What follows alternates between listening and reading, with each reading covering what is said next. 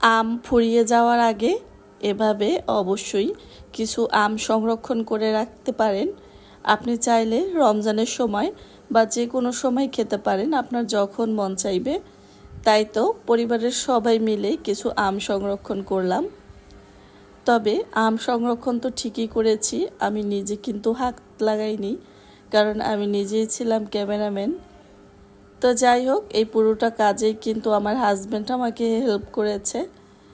আসলে আমি ভাবতেই পারিনি যে সে এতটা হেল্প করে দিবে আমাকে।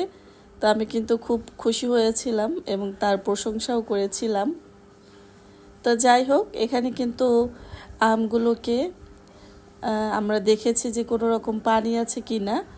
মূলত আমরা দেখি যে যখন আম সংরক্ষণ করা হয় তখন আমগুলো ধুয়ে পানি মুছে তারপরে আসলে সংরক্ষণ করা হয়। আমি এখানে আমার আমগুলোতে একটু পানি লাগাইনি, তবে দেখেছি কোনো রকমের কোনো পানি আছে কি না সেটাকে চেক করে তারপরে প্রত্যেকটা এক একটা আম এক একটা কাগজের ভিতরে যতটুকু দরকার একটা আম মোড়ানোর জন্য, তো সেভাবে করেই কিন্তু আসলে এক একটা আম রাখা হচ্ছে। আর জিসানের বাবার এই কাজ দেখে কিন্তু আমার ভীষণ ভালো লাগছিল। পরবর্তীতে আমার খুশি দেখে আমার ছেলেও কিন্তু আগ্রহটা বেড়ে গিয়েছে। সে বলতেছে, আম্মু আমিও চেষ্টা করে দেখি পারি কি না। তো আসলে জিসানের বাবার প্যাকেজিংটা কিন্তু খুব সুন্দর হয়েছিল, এই আর কি। তো পাশে কিন্তু দুইটা আনারস দেখতে পাচ্ছেন। এখন যে সিজন এসেছে এই সিজনে কিন্তু গলা ব্যথা, জ্বর, কাশি, ঠান্ডা এগুলো সবার আছে। আমিও কিন্তু এখন সেই একই সমস্যায় ভুগছি। তো যাই হোক, সবাই সাবধানে থাকবেন। আর আনারসটা খেতে আমার ভীষণ মন চাইছিল, যদিও সবসময় আনারসটা খাওয়া হয় না। ওই যে আমার মেয়ে ওদিকে কি যেন বলতেছে তার ভাইয়ের সাথে। যাই হোক, আমি ভিতরের রুমে শুয়ে শুয়ে ভয়েস দিচ্ছি, আর দুই ভাই বোন টিভি দেখছে আর হয়তো কি যেন খাচ্ছে, ওর বাবা পাঠিয়েছে সেটা।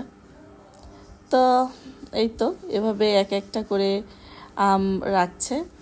তো এভাবে মূলত আমগুলোকে শুকিয়ে ভালোভাবে যেন কোনোভাবে পানি না থাকে, তারপরে এক একটা আম এরকম পেপারে মুড়িয়ে তারপরে কিন্তু আমরা আরও একটা আলাদা পলিথিনে করে আমগুলো পেঁচিয়ে রাখলে কিন্তু দীর্ঘ সময় সংরক্ষণ করে রাখা যাবে। তবে ভাবছি যে আরও কিছু আম রাখবো। তো এই তো এরপরে ওই যে বলেছিলাম যে ছেলেও কিন্তু আগ্রহ হয়ে চলে আসছে আমগুলো রাখার জন্য।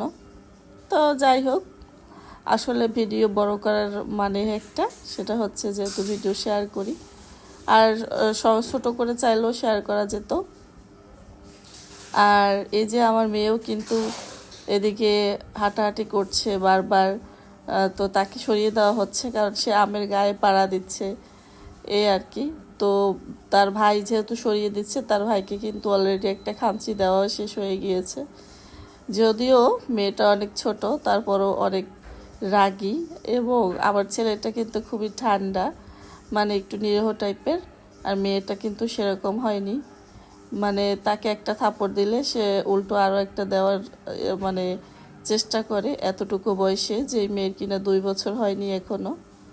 তো যাই হোক, মানে সে আসলে কি বলবো, তো অনেক চালাক আর কি, আলহামদুলিল্লাহ।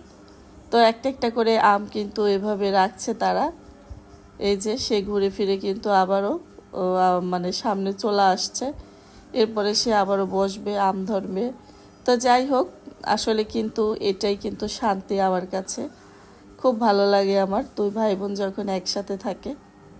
সবাই দোয়া করবেন ওদের জন্য, ওরা যেন সুস্থ থাকে এবং ভালো মানুষ হতে পারে। বিশেষ করে আমার ইউটিউবের একজন আপু, 2-3 জন আপু আছেন যারা কিনা জিজ্ঞেস করেন আমার মামুনির কথা। বিশেষ করে অ্যালাইনেস টেস্টি রেসিপি থেকে শিপন আপু, ভিলেজ লাইফ থেকে ইতি আপু, আসলে এরা সবসময় জিজ্ঞেস করে, জানতে চায় যে মাইমুনা কেমন আছে। তো মাঝে মাঝে চেষ্টা করি আর কি ভিডিওতে আনার, যখন ওরা সামনে চলে আসে। তো এই তো ফ্রিজে আর কি রাখতেছি, ডিপ ফ্রিজে সংরক্ষণ করব। তো এটাতে আসলে বরফ হওয়ার কোনো সুযোগই নাই, বরফ জমবে না, শুধু আম ফ্রেশ থাকবে। তো যাই হোক, এই তো ফ্রিজে রেখে দিলাম। জানি না এই আম কবে খাওয়া হবে, যখন মন চাইবে। তবে এখনও তো শেষ হয়নি। ফুরিয়ে যাওয়ার আগে অবশ্যই আপনারা আম সংরক্ষণ করে রাখতে পারেন। এতক্ষণ সাথে থাকার জন্য অসংখ্য ধন্যবাদ। আল্লাহ হাফেজ।